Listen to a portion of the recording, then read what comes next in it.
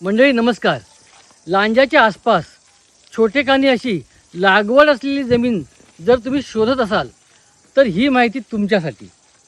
येथे आधीपासूनच आंबा, काजू, सागवान आणि नारळाची चांगली लागवड केलेली आहे. लांजा शहरापासून फक्त 8 किलोमीटर अंतरावरती विवली येथे ही 5 एकर खरेदी खतासाठी जागा उपलब्ध आहे. सगळ्यात महत्त्वाचं म्हणजे 7/12 एकाच नावाचा आहे. जागेला चारही बाजूनी मजबूत बारबेड वायरचे कंपाऊंड आहे. 13 वर्षांची हापूस आंब्याची 10 झाडे आहेत.